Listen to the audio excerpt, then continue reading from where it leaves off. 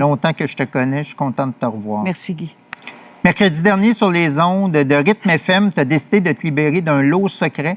Tu étais en entrevue avec Julie Bélanger et Brigitte Boisjoli dans le cadre du Radioton pour l'amour au profit de SOS Violence Conjugale. On va écouter un extrait de ce moment qui était fort en émotion. Oui, j'ai appelé il y a 1 mois et demi. J'ai eu la force d'appeler SOS Conjugale, violence conjugale, parce que j'ai vécu la violence conjugale pendant 11 longues années. J'ai subi une violence psychologique intense, méchanceté, machiavélique. Ça m'a teinté, ça m'a changé. Je suis devenue une autre personne. Bon, moi, j'ai entendu cette entrevue-là et tu avais dit juste avant ça, j'avais pas prévu de le faire comme ça. Au départ, comment tu avais prévu briser le silence? En fait, ce qui est arrivé, c'est que, bon, comme je l'ai écrit dans la lettre, il y a 1 mois et demi à peu près, j'ai pris le téléphone et j'ai fait le numéro d'SOS violence conjugale parce que je n'avais plus le choix. Ça fait quelques années que je ne suis plus avec cette personne-là. Oui. Mais les séquelles, la douleur, tout ce que j'ai en dessous de la peau, je pensais pendant des années que c'est parce que, oui, je savais que j'avais vécu ça, mais tu sais, le phénomène en psychologie de dédoublement de personnalité, tout ça, c'est que ton cerveau, des fois, il ne peut plus supporter la douleur. Il ne peut plus supporter les cris, les insultes, et il se protège.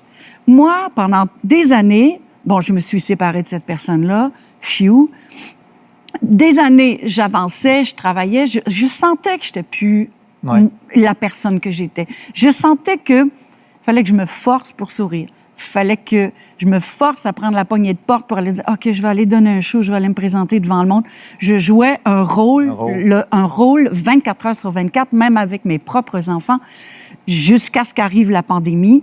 Et là, j'ai découvert que c'était pas la fatigue parce que je travaillais tout le temps.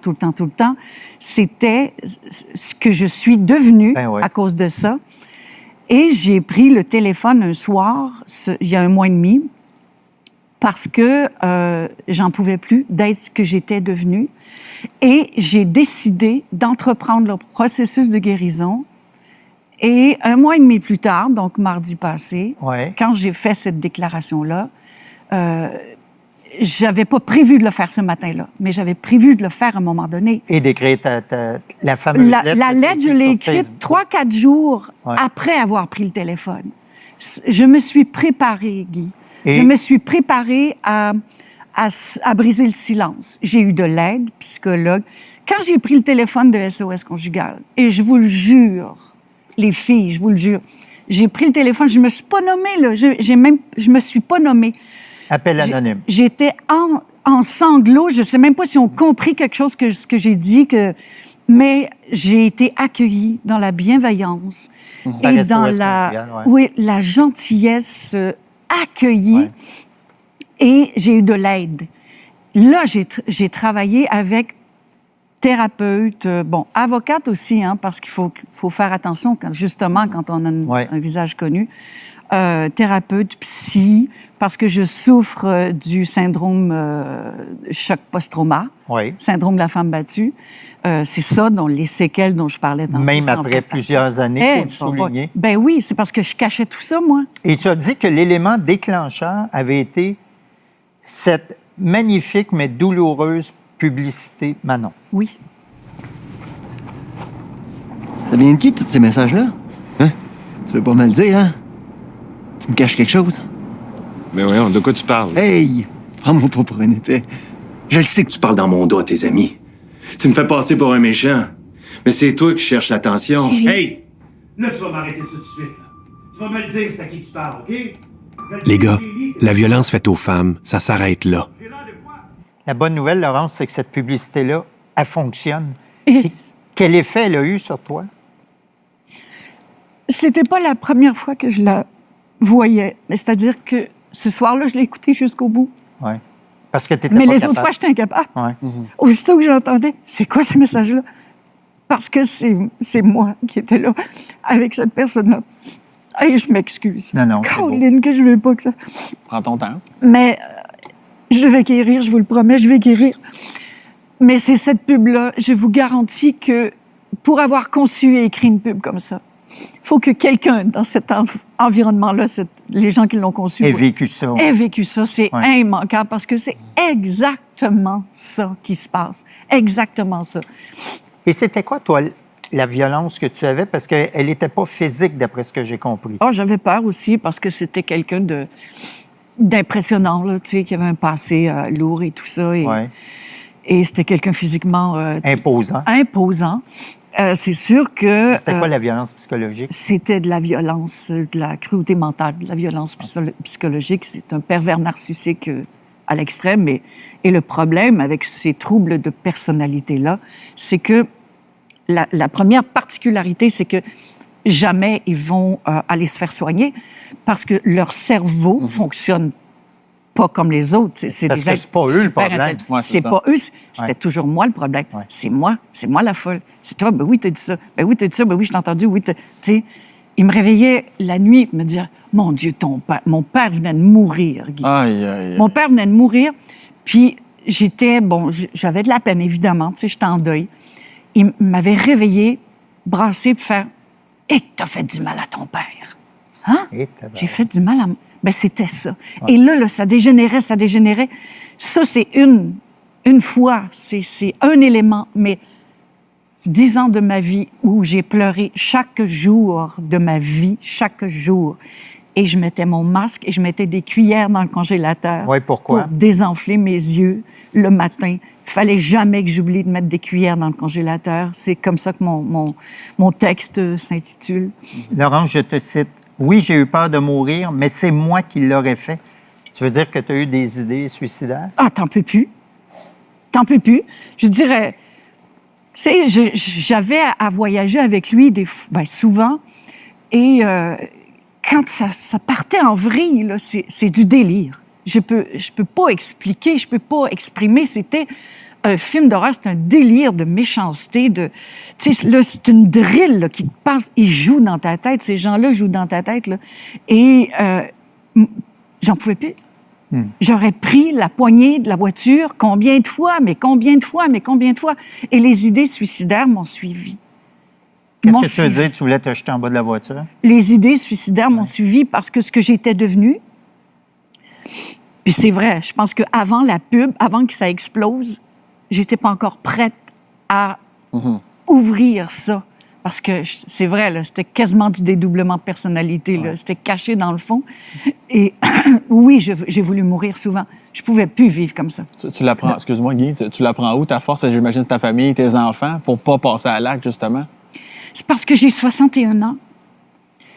Et depuis, ça fait quelques années, là, ça fait quand même quelques années que je suis séparée de cet homme-là, je n'ai jamais pu laisser entrer quelqu'un dans ma vie. Je n'ai jamais voulu laisser entrer quelqu'un. Je suis incapable de faire confiance à qui que ce soit. Moi, la première. J'ai peur de tout. Je doute de tout. Je prends une marche. Je tourne à gauche avec mon chien puis je fais « Oh mon Dieu, j'aurais pas dû tourner à gauche. » C'est fou. Ouais. Les séquelles de tout ça, c'est complètement fou. Mais oui, j'ai 61 ans. Je ne veux pas finir ma vie dans cet état-là. Il n'y en est pas question. Je veux guérir. J'ai une famille extraordinaire, des petits-enfants extraordinaires. Je ne veux pas que mes petites filles et mes petits garçons... Je vais tout faire pour ne pas qu'ils vivent ça. Pitié, pitié, s'il vous plaît. La violence, c'est quelque chose qui, je crois, on ne vient pas au monde violent. Le petit enfant, que ce soit garçon ou fille, mais là, parlons d'un garçon, il vient pas au monde, les premiers mots qu'il va dire à sa mère, qu'il va dire « T'es une salope, maman ». Il l'apprend. Il l'apprend quelque part. Ouais. C'est quelque chose qui est semé chaque jour, ce qui est semé un jour, et que si tu l'arroses constamment avec dans toute ton enfance, des insultes, des cris, de la violence physique et psychologique, qu'est-ce que tu penses qui va arriver? Ouais. Tu sais, ça va être encore une mine antipersonnelle, cette personne-là, comme moi, la personne que j'ai connue. Laurence, tu dis que tu n'as pas raconté ton histoire pour te venger de lui, mais tu n'as pas peur de sa réaction parce qu'il va se reconnaître, évidemment. Et bien sûr que j'ai une avocate qui m'aide au moins à me guider dans ce que je peux dire et ne pas dire. Oui, j'aime pas ça. Là, je veux dire, je mets mon système d'alarme. Je le sais pas, là, ce qui peut arriver. Mais je sais qu'il faut que je le fasse. Je le sais qu'il faut que je le fasse. Ça prouve encore plus ta force. Oh, je suis pas forte. Moi, dire, là. Ben, moi, On dirait que j'ai dit ça à Paul Arcand, je crois. J'ai dit, moi, je suis comme une lavette l'été à côté du comptoir. Là, comme, je me sens comme ça, là. Mais j'en peux plus d'être de même. Ouais. J'en peux plus d'être la lavette à côté du comptoir. Je suis plus capable. On change pas parce qu'on veut juste changer. On change quand on n'en peut plus d'être ce qu'on est devenu. Ben, c'est là où je suis. OK. Ouais. Tu travailles avec des hommes depuis que tu as l'âge de 16 ans. Tu dis que tu as connu une période sex, drug and rock'n'roll assez intense, que tu as déjà été agressé sexuellement, tabassé, même Ben oui. jusqu'à te faire péter la mâchoire. Est-ce Oui. que la violence psychologique que tu as fait vivre cet homme était pire que ça? Oui. Ouais. Oui. C'est destructeur, c'est insidieux.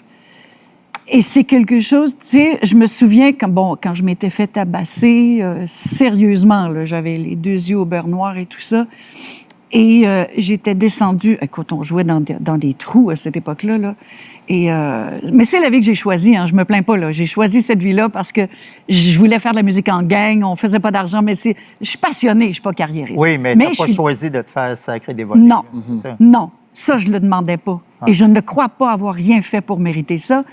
Mais je me rappelle cette fois-là, j'étais descendue de ma chambre et la barmaid qui me regarde fait « Oh! Mais tu sais, tes marques, elles se voient. Ben oui. » Puis là, elle me dit « Mon Dieu, faut qu'on aille à l'hôpital. » Mais quand tes marques, tes blessures, tes coupures, Ne ta paraissent drill dans la tête, ça paraît pas, Ouais. ben là, tu veux pas en parler. Tu peux pas raconter. C'est la honte. La honte, la honte, la honte. Pas moi. Ben oui, donc, je peux pas vivre ça. Hein? Voyons donc, pas moi, la fille en avant, les baguettes en l'air, Oui, moi. Tu Oui. termines ta publication Facebook en écrivant « Mais jamais je ne les laisserai t'emporter encore et encore. » Et tu fais référence, évidemment, à ton grand succès que tu as écrit en 1993, pour lequel tu t'étais mérité le Félix de la chanson populaire de l'année. Celle-ci. Oh, j'ai tellement voulu le retenir. J'ai supplié regarder droit dans ses yeux, mais jamais je ne laisserai t'emporter. Encore et encore.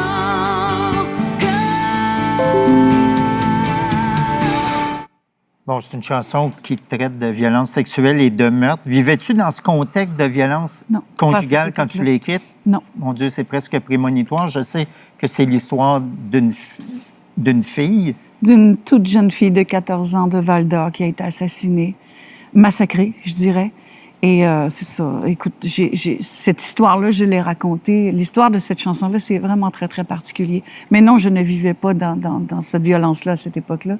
C'est vraiment très, très particulier. J'ai raconté ça dans mon premier livre, « À la vie et à la mer », où je parle de 12 de mes chansons avec la genèse et Ouais. tu sais, toute l'histoire, historiquement, ce qui se passait dans chacune des périodes où j'ai écrit ces chansons-là. Et tout est décrit là-dedans. Et c'est une chanson que je ne pourrais pas ne pas faire, c'est impossible. Et moi aussi, je veux la faire. Ouais. Elle a tellement aussi aidé, je sais, en quelque part. Tu sais, moi, je suis pas en mission, là. Je suis pas Sainte Vierge, là. Tu sais, oublie ça, là. Tu sais, je veux dire... mais je sais qu'elle a aidé. Le nombre de messages que j'ai reçus à cette époque-là de victimes d'inceste, de pédophilie, de si...